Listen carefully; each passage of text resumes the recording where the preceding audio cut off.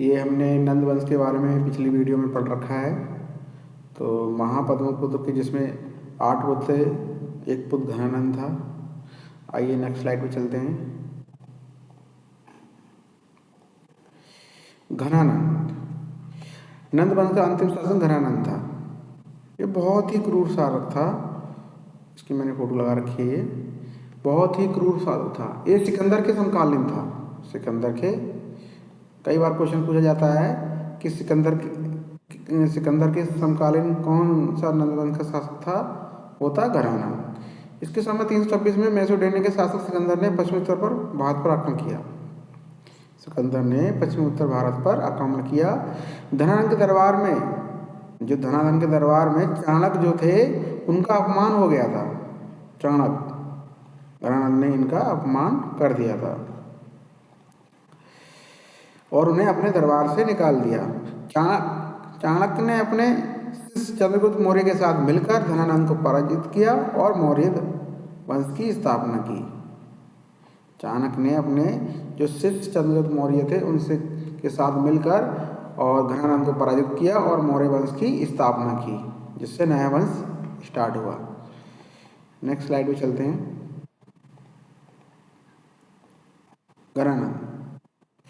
घनानंद के बाद मौर्य वंश से पूर्व कुछ विदेशी आक्रमण हुए हैं, उनके बारे में पढ़ लेते हैं आपको। भारत में मगध एक शक्तिशाली महाजनपद था। इसका क्षेत्र पूर्वी छोटे छोटे राज्यों को हराकर पूर्वी क्षेत्र में राजनीतिक स्थिरता ला दी थी। मगध था पश्चिमी तौर में छोटे छोटे राज्यों में शासन था जो काफी कमजोर शासक थे।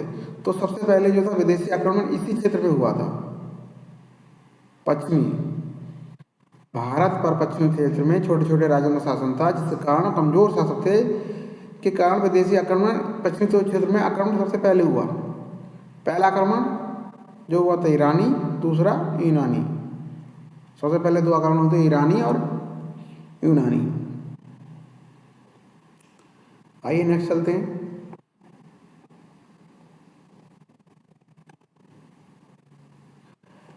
मगध,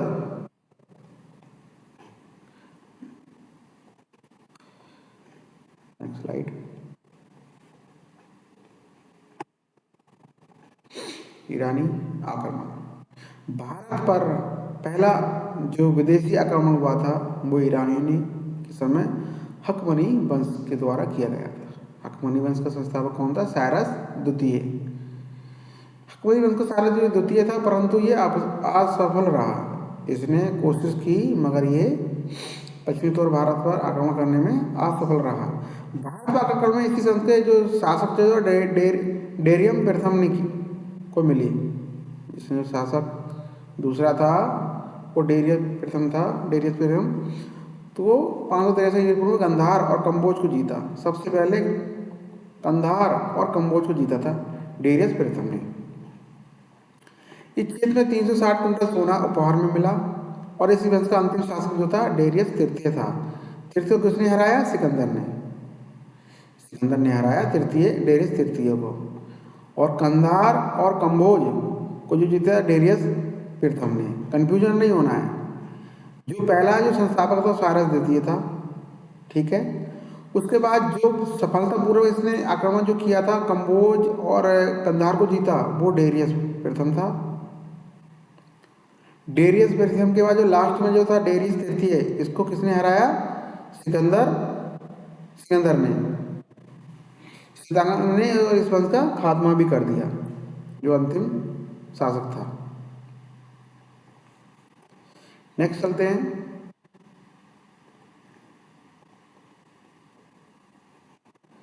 यूनानी आक्रमण जो राजा था सिकंदर किसका पुत्र था? वो था फिलिप्स का। एक यूनानी राजा था जिनका नाम फिलिप्स था। उनका एक पुत्र था सिकंदर मूल नाम क्या था? अलेक्जेंडर। सिकंदर का मूल नाम अलेक्जेंडर था। इसने अपने बलवत्त 20 वर्ष की आयु में सिंहासन संभाला अपने पिता की मृत्यु के बाद में, और 12 वर्षों तक यूनान से लेकर मिस्र और भारत तक दुनिया में सबसे बड़े साम्राज्य में एक स्थापित किया। सिकंदर, जैसे मैंने फोटो लगा रखी है, सिकंदर ने कैसे दुनिया जीती थी। सिकंदर के जो गुरु थे उनका नाम था अरस्तु और इनकी पत्नी का नाम था रोक्साना। पत्नी का नाम रोक्साना था। ये कई बार रिपोर्टेड है। सिकंदर किसका पुत्र था? वो फिलिप्स का था। इनका मूल नाम क्या था? अलेक्जेंडर।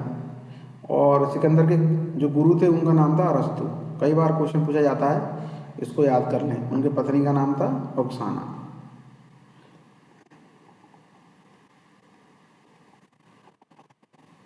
पहले आक्रमण तक्षशिला के अंबिक राजा पे किया था। इन्होंने जो पहला आक्रमण किया था सिकंदर ने, तक्षशिला के जो शासक थे, जो राजा थे, अंबिक पर किया। ये अंबिक। तो कई बार क्वेश्चन पूछा जाता कि सिकंदर ने सबसे पहला आक्रमण कहाँ किया था, किस राजा के विरुद्ध किया था? वो राजा अंबिक के साथ, अंबिक पर किया था तक्षशिला में। और सिकंदर की अंबिक ने अधीनता भी स्वीकार कर ली थी। इस समय में झेलम तिस्ता या हाड़ीपेश का युद्ध 326 भी हुआ था, पूर्व हुआ था 326 में। इसको हाई एसपी कहते हैं, का युद्ध हुआ। यह आक्रमण पंजाब के राजा पोरस पर किया गया। पंजाब के झेलम और चिनाब नदी पर, पंजाब के झेलम और चिनाब नदी पर किया गया था। और इसी समय सिकंदर की जो सेना थी, जो ब्यास नदी, किस नदी को पार करने से मना कर दिया था, इनकार कर दिया था? वो थी ब्यास नदी। कई बार कंफ्यूजन होता है, किस नदी को पार करने के लिए मना सिकंदर की सेना ने मना कर दिया था? वो थी ब्यास नदी। ब्यास नदी ये इम्पोर्टेंट है, ब्यास नदी, इसको मना कर दिया था कर्म पार करने के लिए, जिसके कारण सिकंदर वापस लौट गया था। फिर कारण वापस लौट गया। जब सेना ही नहीं अगले बढ़ रही है तो मैं क्या करूँगा जाके? प्राचीन काल में जो फिर वापस लौट गया था। प्राचीन यूनानी इतिहास के ब्यास नदी को हाईफासिस कहा जाता है। कई बार क्वेश्चन इंपोर्टेंट है। ये ब्यास नदी को हाईफासिस कहा गया है। नेक्स्ट चलते हैं। सिकंदर की जो मृत्यु हुई थी 323 ईसा पूर्व में हुई थी। और मृत्यु के जो 32 वर्ष की आयु में हुई थी। कहाँ हुई थी? बोलीविया, जो वर्तमान इराक में स्थित है। अंतिम सांसें ली इन्होंने। सिकंदर का थल सेनापति जो सेलुकर निकेटर था, और जल सेनापति जो था निर्याक्स था। सेलुकर निकेटर अनेकार्स थे। थल सेनापति और जल सेनापति। ज्योतिष और खगोल विज्ञान के बारे में, नक्षत्र और ग्रहों की स्थिति देखकर भविष्य बताने की जो कला थी, भारतीयों ने काफी हद तक इनसे सीखी थी, यूनानियों से। सोने चांदी के आभूषण बनाना, ठीक है, सिक्के बनाना, मूर्ति, यूनानी कला ने मिस्र कला के गंधार शैली को कहा जाता है। भारतीय और यूनानी कला को मिश्रण से गंधार शैली कहा जाता है। ये भारतीय कला और यूनानी कला को जो मिश्रण हुआ गंधार शैली में कहा गया। सोने के सिक्के बनाने, चांदी के सिक्के बनाने हमने यूनानियों से सीखे। बहुत ही इम्पोर्टेंट है। डालने सोने के सिक्के, सुंदर अनियमित सिक्के बनाना, हमने सब यूनानियों से सीखे। अगले चलते हैं नेक्स्ट स्लाइड पे।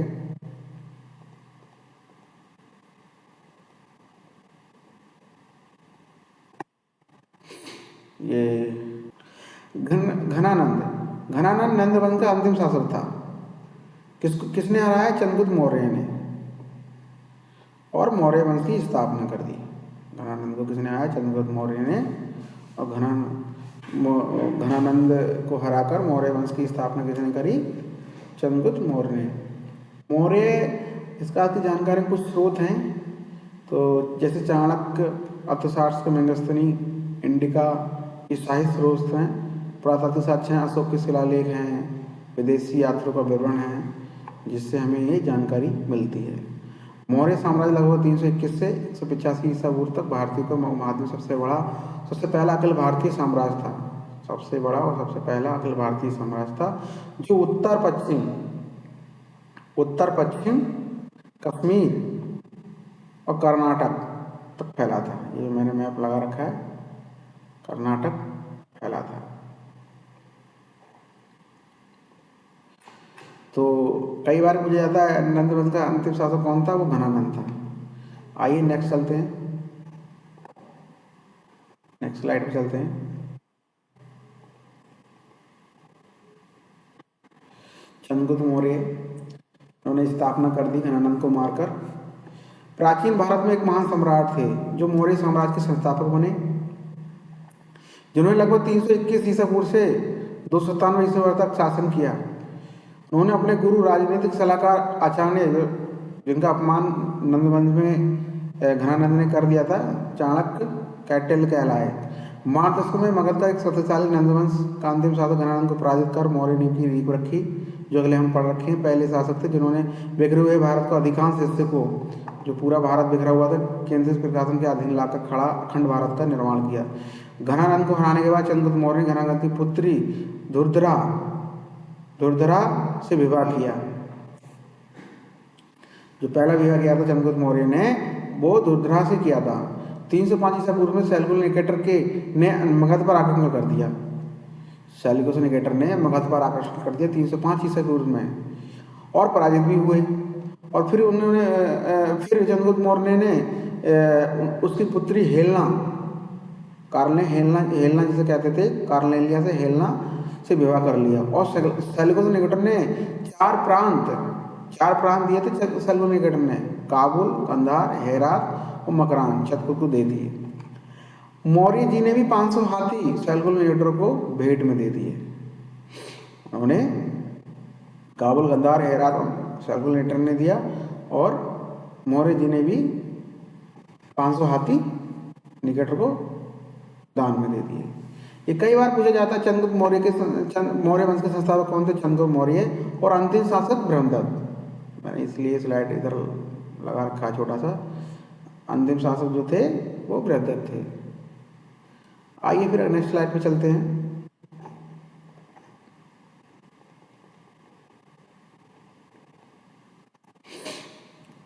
चंद्रगुप्त मौर्य। यूनानी लेखक के अनुसार चंद्रगुप्त मौर्य के दो नाम थे, जो इस प्रकार हैं। प्लाटूर के एंटोटक्स कहा जाता है और जस्टिन के अनुसार सेटोक्स कहा गया है। ये दो नाम हैं, ये इंपोर्टेंट है, इनको एक बार नोट कर लें। 1793 में सर विलियम जोन्स ने बताया ये नाम चंद्रगुप्त मौर्य के हैं। 1793 में बताया सर विलियम जोन्स ने ये नाम चंद्रगुप्त मौर्य के हैं। सेल्युकस निकेटर ने अपने राजदूत मेगस्थन को चंद्रगुप्त के दरबार में भेजा, और इंडिका नामक पुस्तक की मौर्य वंश की जानकारी मिलती है। जो मेगस्थीन की जो पुस्तक है इंडिका, उसकी जानकारी जो मिलती है हमें, पूरे मौर्य वंश की जानकारी मिलती है इंडिका में। मेगस्थीन द्वारा जो लिखी गई पुस्तक है। गुप्त जी यूनानी शासक के अनुसार जो दो नाम थे इनके प्लूटार्क्स एंटोटक्स कहा जाता है, जस्टिस को सेटोक्स कहा गया है। मिस्टेक हो गया, थोड़ा सा खुलाना चाहिए था। अंतिम समय में जैन धर्म की शिक्षा ली इन्होंने। अपने जीवन में अंतिम पड़ाव में साम्राज्य के बड़े भीषण आकार के विकसित होकर चंद्रगुप्त मौर्य ने राजपाट का पद त्याग दिया। उन्होंने अपने पुत्र बिंदुसार को गद्दी पर सौंप दी। प्रसिद्ध जैन मुनि भद्रवाहु से जैन धर्म की शिक्षा ली। इसके बाद कर्नाटक के स्वयंबेड़ा चंद्रगिरी पहाड़ी पर चले गए। चंद्रगुप्त मौर्य ने अपने जो जैन मुनि भद्रवाहु से जैन धर्म की शिक्षा ली, दीक्षा जो भी है, और कर्नाटक के स्वयंबेड़ा चंद्रगिरी पहाड़ी में चले गए, जहां उन्होंने 297 ईसा पूर्व में आसपास उन्होंने परंपरा के अनुसार निर्कार कर अपने प्राण को संलग्न विधि से त्याग दिया। कहाँ चले गए थे? कर्नाटक के श्रवणबेगला चंद्रगिरी पहाड़ियों पर। कई बार पूछा गया है कि मेगस्थीन के बारे में। मेगस्थीन की पुस्तक कौन सी है? इंडिका। ये इम्पोर्टेंट है। और ये जो इनके नाम जो दिए हैं किसने पहले बताया? ये विलियम जोन्स ने दिया है। ये इम्पोर्टेंट है, कृपया कर लें इसको। आइए नेक्स्ट स्लाइड में चलेंगे।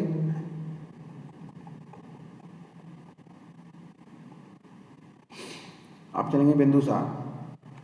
चंद्रगुप्त मौर्य के एवं धुरधरा के पुत्र बिंदुसार ने काफी बड़े राज का शासन संबंध प्राप्त किया।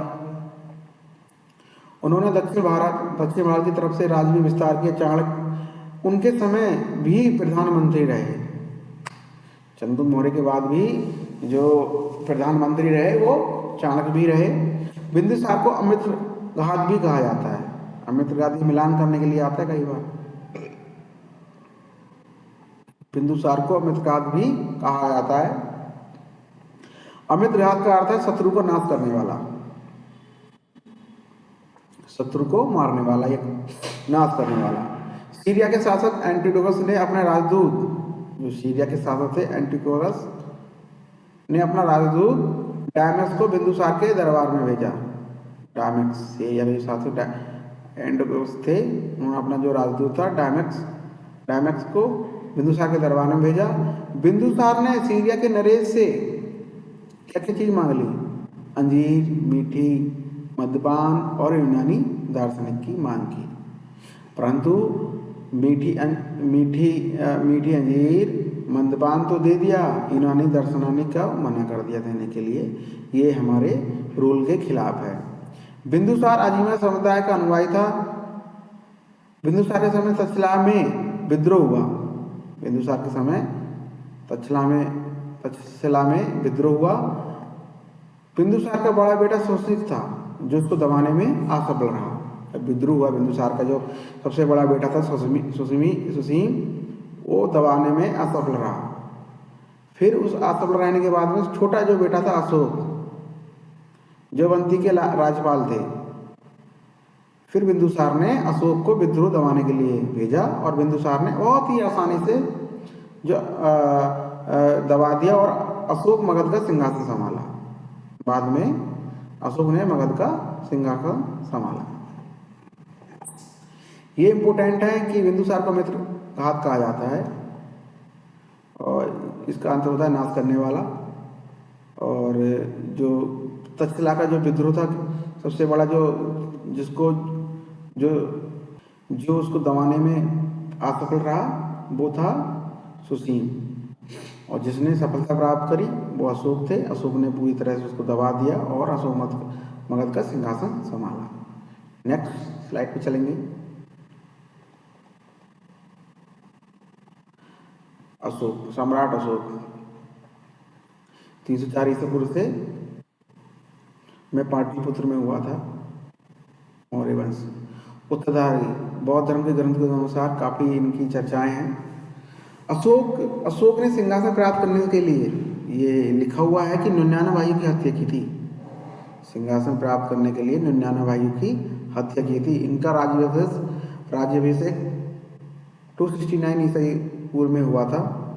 इनका राज्याभिषेक है 269 में हुआ था। इनकी माता का नाम सुभद्रा, जो पहली शादी करी थी, उनकी जो पत्नी थी सुभद्रा, इन्हीं से इनकी माता थी। कलिंग युद्ध 261 ईसा पूर्व में हुआ था। राज्याभिषेक के 8वें वर्ष में 261 ईसा पूर्व में अशोक ने कलिंग पर आक्रमण कर उसे जीत लिया। तो सम्राट अशोक ने कलिंग पर 261 ईसा पूर्व में आक्रमण किया और उसको जीत लिया। युद्ध में इतनी लड़ाई झगड़ा कत्लेआम हुआ कि रक्तपात को देखकर इनका जो हृदय था अशोक जी का पिघल गया और उन्होंने फिर बौद्ध धर्म अपनाना का निर्णय लिया। कलिंग युद्ध के बाद उन्होंने बुद्ध युद्ध नीति को त्याग दिया और बौद्ध धर्म अपना लिया, जिनकी शिक्षा उन्हें उपगुप्त ने दी। तो कई बार क्वेश्चन पूछ लेता है कि अशोक को बौद्ध किस व्यक्ति ने शिक्षा दी थी? वो उपगुप्त नाम व्यक्ति ने दी थी। इम्पोर्टेंट है। और कलिंग का युद्ध कब हुआ था? 261 पूर्व में, जिसके बाद उन्होंने बौद्ध धर्म अपना लिया था। अगले नेक्स्ट स्लाइड पे चलते हैं। बौद्ध धर्म के प्रचार के लिए वास्तुकला के लिए एक इम्पोर्टेंट है ये। तो उन्होंने आजीवन समुदाय के बच्चों के लिए बिहार में बराबर की पहाड़ियों में गुफाओं में निर्माण कराया। श्रीलंका में प्रथम अपने महेंद्र और बेटी संमित्रा बेटी थी और पुत्र था महेंद्र को भेजा प्रचार के लिए। और कुछ शिलालेख हैं इनमें। अशोक के अभिलोक के प्रमुख भाषा जो थी प्राकृत थी। जो प्रमुख भाषा थी वो प्राकृत थी। ये क्षेत्र 4 अलग अलग लिपियों में लिखा गया है। अशोक को देवनाम प्रियदर्शनी कहा गया है। देवनाम प्रियदर्शनी भी कहा गया है। मिलान के लिए कई बार आता है अशोक का बिंदुसार के लिए अमितघात कहते हैं, अशोक के लिए देवप्रतिनिधि कहते हैं। ये मिलान के लिए एक बार इम्पोर्टेंट है, को नोट कर लें। तो इनकी जो चार चार लिपियाँ हैं वो देख लेते हैं। ब्राह्मी लिपि, इसमें अभिलेख मुख्य रूप से भारत में पाए जाते हैं, और खंगरोष्ठी ये पाकिस्तान में पाए जाते हैं। अरमाइका लिपि जो थी साक्ष्य अफगानिस्तान में मिलते हैं। ग्रीक लिपि ये अफगानिस्तान और उत्तरी सीमा में प्राप्त होती है, ग्रीक लिपि। तो हमारी जो अभिलेख जो प्राप्त हुए हैं भारत के, वो ब्राह्मी लिपि से हुए हैं। और खंगरोष्ठी बोलेगा तो पाकिस्तान से। अशोक के अभिलेख को सबसे पहले किसने पढ़ा था? जेम्स पियर्सन ने 1837 में। ये इम्पोर्टेंट है, तो इसने पढ़ा था जेम्स पियर्सन ने 1837 ईस्वी में। नेक्स्ट स्लाइड पे चलते हैं।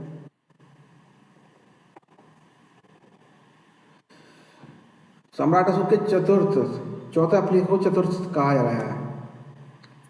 प्रथम अभिलेख, इस अभिलेख में अहिंसा पर बल दिया गया है, और पशुबल की जो मारते थे उनको, उन पर निंदा की गई है पहला अभिलेख में।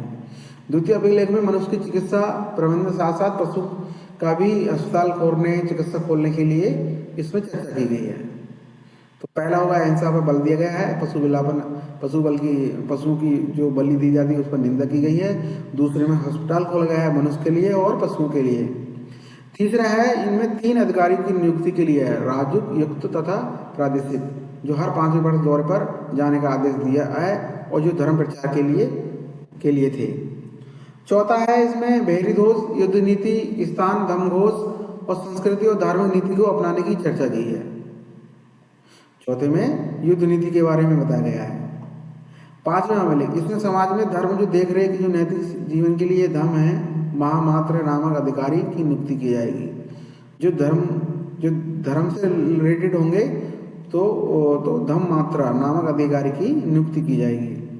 छठा है, इसमें आत्मनियंत्रण की शिक्षा है, लोक कल्याण की बात करने की बात की गई। अशोक ने कहा, प्रजा जो जनता है हमारी, वो जन कल्याण के लिए मेरे अधिकारी ये मुझसे किसी भी समय मिल सकते हैं। तो दोबारा रिविजन कर देते हैं इसको। पहला है अहिंसा पे, मृत्यु बल पे पशु बल की निंदा की गई है, और मनुष्य के लिए, पशु के लिए हॉस्पिटल खोलने की चर्चा की गई है। तृतीय में 3 अधिकारी राजूक, युक्त तथा प्रादेशिक की हर 5वें वर्ष दौरे पर जाने का आदेश दिया है। चतुर्थ है युद्ध नीति के बारे में। 5वां है धम्म, जो महामात्र अधिकारी की नियुक्ति के बारे में है। छठा है प्रजा हमसे कभी भी आके मिल सकती है, किसी भी धार्मिक कल्याणकारी के लिए बनाने के लिए। अशोक किसी भी टाइम मिल सकती है जन कल्याण के लिए अधिकारी, मुझसे मिल सकते हैं, मेरे अधिकारी से मिल सकते हैं। ये हो गए। नेक्स्ट स्लाइड पढ़ेंगे, नेक्स्ट वाले।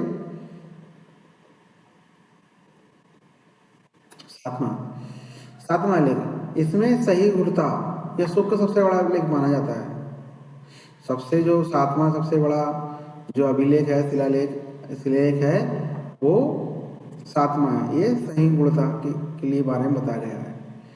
8वां है धम्म यात्रा की चर्चा 8वें में की गई है। 8वें वर्ष गया बोधि वृक्ष के नीचे, और 20वीं लुम्बिनी में बौद्ध का इस धर्म स्थान है।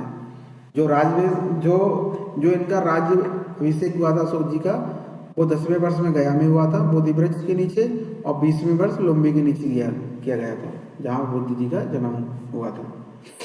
तो ये इनका राज्याभिषेक के बारे में 8वें में। 7वें सबसे बड़ा भी शिलालेख है।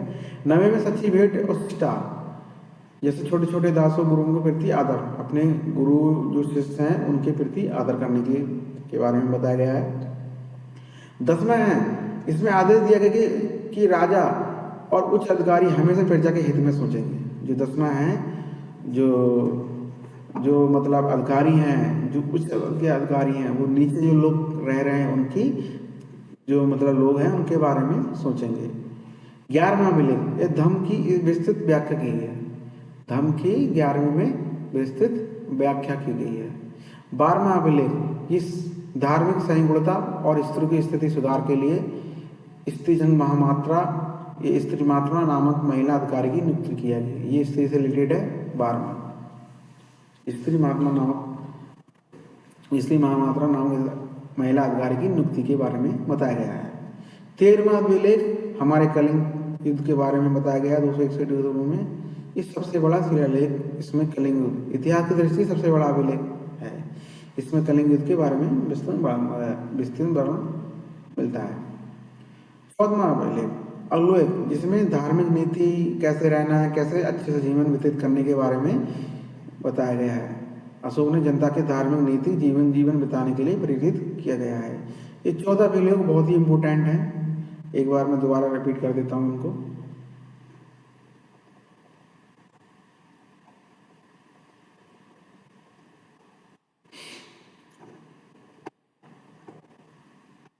प्रथम अभिलेख अहिंसा पर और पशु बलि की निंदा की गई है। दूसरा अभिलेख जिसमें चिकित्सा खोलने के लिए मनुष्य और पशुओं के लिए बात की गई है। 3 अधिकारी की नियुक्ति की गई है, ये राजू युक्त तथा प्रादेशिक की। चौथा है युद्ध नीति के बारे में बताया गया है। 5वां अभिलेख धर्म महामात्रा की नियुक्ति है। 6ठा आत्मनिर्भर शिक्षा लोक कल्याण के लिए बताया गया है। Next slide. 7वां सबसे बड़ा शिलालेख है। 8वां इसमें धर्म यात्रों की जो मतलब राजवैसे हुए थे 8वें में है। 10वें वर्ष में गया में हुआ था। और उसके बाद नेक्स्ट है सच्ची वेहता 9वें में। छोटी छोटी धातु की गुणों की आदर करने के लिए बोला गया है। 10वां है प्रजा के हित के बारे में कुछ अधिकारी सोचेंगे। 11वां धर्म की विस्तृत व्याख्या की गई है। 12वें में जो स्त्री महात्मा की नियुक्ति की जाएगी, जो स्त्री अधिकारी होगी। 13वां अभिलेख कलिंग के युद्ध के वर्णन के बारे में बताया गया है। 14वां अभिलेख धार्मिक नीति जीवन बिताने के लिए प्रेरित किया गया है सम्राट अशोक के द्वारा। नेक्स्ट चलते हैं हम लोग मेगास्थनी के अनुसार इन्होंने वर्णन जो व्यस्त किया है वो 7 वर्णों में बांटा गया। 1 2 3 4 5 6 7 व्यवसाय जो आधार भारतीय समाज है 7 वर्गों में बांटा गया है। पहला है दार्शनिक, पुजारी है, बिच्छू है, विद्वान लोग हैं, कृषक खेती करने वाले। मेगास्थनी के अनुसार की संख्या समाज में सर्वाधिक थी खेती करने वालों की। तीसरा है पशुपालक शिकार करने वाले लोग जो होते थे पशुपालक में आते थे। व्यापार और शिल्पी जो व्यापारी थे, नगरों में रहने वाले कारीगर और व्यापारी। सैनिक युद्ध लड़ने वाले, किसानों के बाद इनकी संख्या दूसरी सबसे ज़्यादा मानी गई है। पहले किसान थे, उसके बाद सैनिक। निरीक्षण गुप्तचर ओवरसीयर जिसे बोलते हैं, निरीक्षण चेक करने वाला होता है। समाज और प्रशासनिक व्यवस्था का निरीक्षण करने वाले लोग होते थे, प्रशासनिक कार्य कैसे कैसे चल रहा है। साथ में होता है मैंत्रिक सभासद, शासक वर्ग का उच्च प्रशासनिक अधिकारी होते थे मैंत्रिक सभासद। तो ये 7 वर्गों में बांटा गया था मेगास्थनी के अनुसार। आइए नेक्स्ट चलते हैं।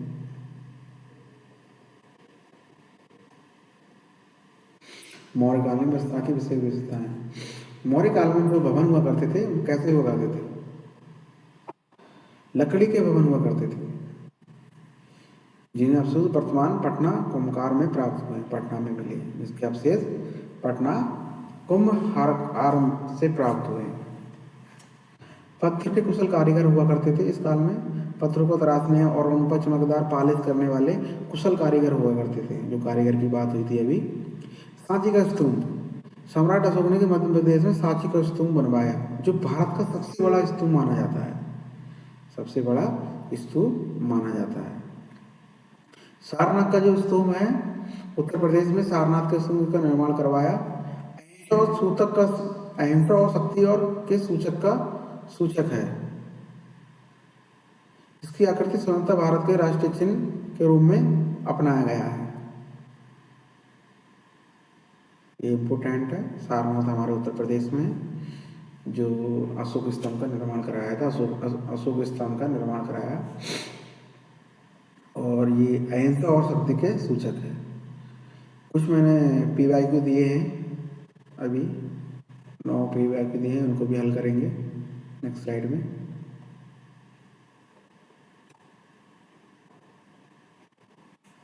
इसके मैंने आंसर भी दे रखे हैं। मौर्य साम्राज्य की स्थापना की थी, किसने की थी? बिंदुसार ने, चंद्रगुप्त ने, अशोक ने, मृत ने, ये तो लास्ट वाले थे। तो ये मेरे को कमेंट में बताएंगे कितने कितने क्वेश्चन सही हुए हैं। चंद्रगुप्त मौर्य का प्रधानमंत्री कौन था? कौन थे? मेगस्तीन, कौटिल्य, चाणक्य जिसे बोलते हैं, पतंजलि, फान। इंडिका लेखक कौन थे? मेगस्तीनी थे। अशोक कलिंग युद्ध कब हुआ था? 61 में, 261 में। अशोक ने किस धर्म को अपनाया था? जैन धर्म या बौद्ध धर्म? जैन धर्म को अपनाया था, बौद्ध धर्म को अपनाया था, वही बौद्ध धर्म। मौर्य काल में राजस्व अधिकारी प्रमुख अधिकारी होता था, कौन होता था? तो सम्राट था। अर्थशास्त्र ग्रंथ के रचयिता कौन है? तो कौटिल्य, कौटिल्य। अशोक के शिलालेख में लिपि मुख्य रूप से कितनी थी? ब्राह्मी थी। खंडोष्ठी तो पाकिस्तान की थी। अंतिम मौर्य शासक कौन थे? ये आगे क्वेश्चन देखो तो प्रदत्त। तो आज हम अपनी क्लास यहीं एंड करते हैं। Thank you for watching.